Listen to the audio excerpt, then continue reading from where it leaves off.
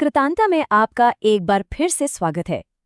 आज हम रामायण की कहानी में एक बहुत ही निर्णायक मोड़ पर आ गए हैं।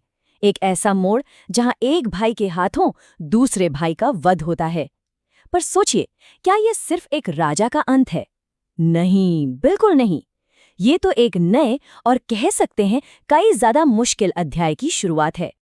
वाली किष्किंधा का वो राजा जिसे कोई हरा नहीं सकता था, वो आज श्री राम के बाण से धरती पर गिर चुका है। लेकिन जैसा मैंने कहा, ये सिर्फ एक योद्धा का अंत नहीं है। ये तो पूरे किष्किंधा के भविष्य पर अनिश्चितता का एक गहरा साया है। इसके बाद जो होता है ना, वो शक्ति, शोक, कर्तव्य और पछतावे की एक ऐसी कहानी है जो हमें बहुत कुछ सिखाती है। तो चलिए इस कहानी में और गहराई से उतरते हैं। जैसे ही वाली के गिरने की खबर फैलती है, आप सोच सकते हैं किष्किंधा में क्या हुआ होगा। हाहाकार मच गया। वो वानर वीर जिन्होंने कभी दुश्मन को पीठ तक नहीं दिखाई, वो आज श्री राम का धनुष देखकर डर के मारे भाग रहे हैं। लेकिन इन सबके बीच एक शख्स है जो भाग नहीं रहा, बल्कि रणभूमि की तरफ दौड़ रहा है। वो है रानी तारा। उनके दिल में डर का एक अनहोनी का तूफान है और वो नंगे पांव युद्ध भूमि की ओर भागी चली जा रही हैं। और फिर वो उस जगह पहुंचती हैं जब तारा अपने पति को, वाली को धरती पर पड़ा हुआ देखती हैं तो उनका दिल बस टूट जाता है। उस एक पल में वो एक रानी नहीं है, वो सिर्फ एक पत्नी है। और एक पत्नी का दुख जब शब्दों में फूटता है ना, तो वो सीधा दिल को चीर देता है। तारा का विलाप जानते कहाँ से शुरू होता है? अविश्वास से। उन्हें यकीन ही नहीं हो रहा वो उस वीर को देख रही हैं जिसने कभी हार का मुंह नहीं देखा था, और बस पूछ रही हैं, आप चुप क्यों हैं? बोलते क्यों नहीं? ये सिर्फ एक सवाल नहीं है, ये उस भयानक सच्चाई को नकारने की एक हताश बेबस कोशिश है जो उनके ठीक सामने खड़ी है।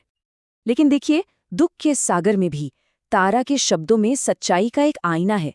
वो जानती है कि इस तबाही की जड़ कहाँ है, और उनका ये कहना ये दिखाता है कि वो सिर्फ एक प्यार करने वाली पत्नी नहीं थी, वो एक समझदार रानी भी थी।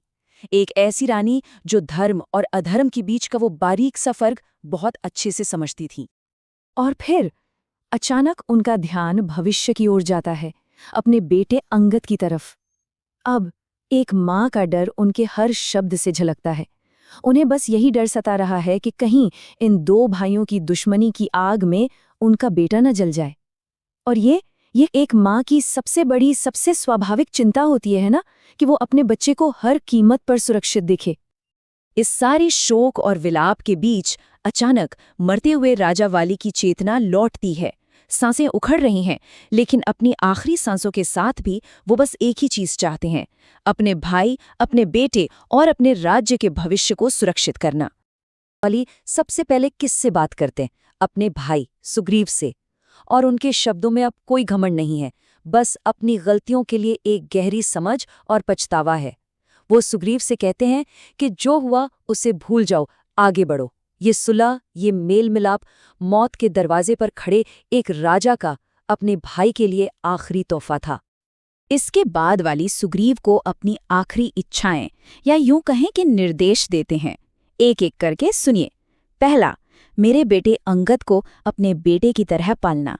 दूसरा, रानी तारा की सलाह हमेशा मानना, उसका फैसला कभी गलत नहीं होता। तीसरा और सबसे जरूरी, श्री राम के काम में कोई भी चूक नहीं होनी चाहिए। और फिर आखिर में वो अपनी दिव्य सोने की माला उतारकर सुग्रीव को देते हैं। ये सिर्फ एक गहना नहीं था, ये किष्किंधा की शक्ति, उसकी संप्रभुता का प्रतीक था। और बस उस सोने की माला के साथ ही किष्किंधा की सत्ता का हस्तांतरण हो जाता है। एक युग का अंत और दूसरे की शुरुआत।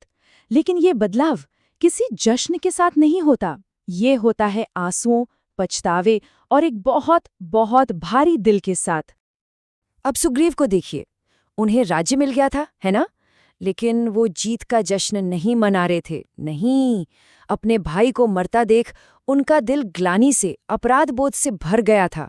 उन्हें एहसास हो रहा था कि गुस्से में लिया गया एक फैसला कितनी तकलीफ दे सकता है। वो जीतकर भी हार गए थे, और उनकी ये पीड़ा उनके पछतावे को साफ साफ दिखाती है। लेकिन देखिए, शोक कितना भी हो, राज्य तो राजा के बिना नहीं रह सकता, है ना? तो श्री राम के निर्देश पर किष्किंधा में एक नए शासन की नींव रखी जाती है। तो सुग्रीव को राजा बनाया जाता है और वाली के आखिरी वचन का सम्मान करते हुए अंगद को युवराज घोषित किया जाता है। उधर श्रीराम, जो किसी नगर में न जाने की अपनी प्रतिज्ञा से बंधे थे, वो उन्हें निर्देश देते हैं कि अभी वर्षा ऋतु है, इसके खत्म होने तक इंतजार करो और उसके बाद सीता की खोज का वो महाअभियान शुरू होगा। तो एक तरफ किष्किंधा में एक नई व्यवस्था बन रही थी और वहीं दूसरी तरफ पास के ही एक पर्वत पर श्री राम और लक्ष्मण के लिए इंतजार और पीड़ा का एक बहुत लंबा दौर शुरू हो रहा था। मानसून की पहली बारिश शुरू होती है और श्री राम और लक्ष्मण एक पर्वत की गुफा में शरण ले लेते हैं। उनका मिशन, सीता की खोज, अब कुदरत के हाथों रुक गया था। ये इंतजार का वक्त था और आप जानते हैं, ये इंतजार उनके दुख को और भी ज्यादा गहरा कर रहा था। श्री राम के लिए तो प्रकृति का हर रूप सीता की यादों के जख्म को और कुरेद रहा था। सोचिए, जब वो काले बादलों के बीच बिजली को चमकते हुए देखते तो उन्हें क्या नजर आता था? उन्हें लगता था जैसे रावण की कैद में छटपटाती हुई उनकी बेबस सीता हो। ये सिर्फ एक पोएटिक कंपैरिजन नहीं है, ये एक पति के दिल की वो असहनीय पीड़ा है जो अपनी पत्नी से दूर हर पल जल रहा है और कुछ कर भी नहीं पा रहा। अब उधर धीरे धीरे वर्षा ऋतु बीत रही थी, शरद ऋतु आने के संकेत मिल रहे थे।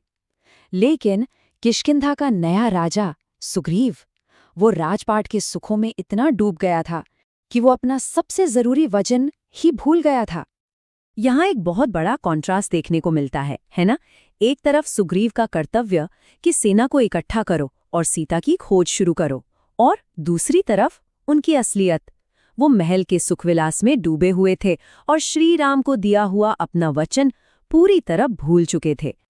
ऐसे में कौन आगे आता है? हनुमान। वो सुग्रीव के पास जाते हैं और उन्हें याद दिलाते हैं कि एक दोस्त के काम को अपने काम से ऊपर रखना ही धर्म है। हनुमान के शब्द असल में एक चेतावनी है कि अगर वक्त पर अपना कर्तव्य पूरा नहीं किया तो उसका नतीजा बहुत बुरा हो सकता है। हनुमान के ये तीखे लेकिन सच्चे शब्द सुग्रीव पर असर करते हैं। उन्हें अपनी भूल का एहसास होता है।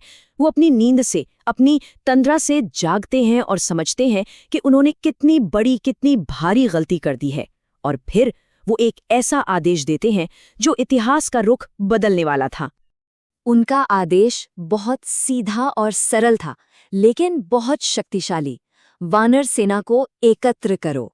बस, ये सिर्फ 3 शब्द नहीं थे, ये उस महाअभियान की शुरुआत थी जो धरती, आकाश और पाताल सबको एक करने वाला था।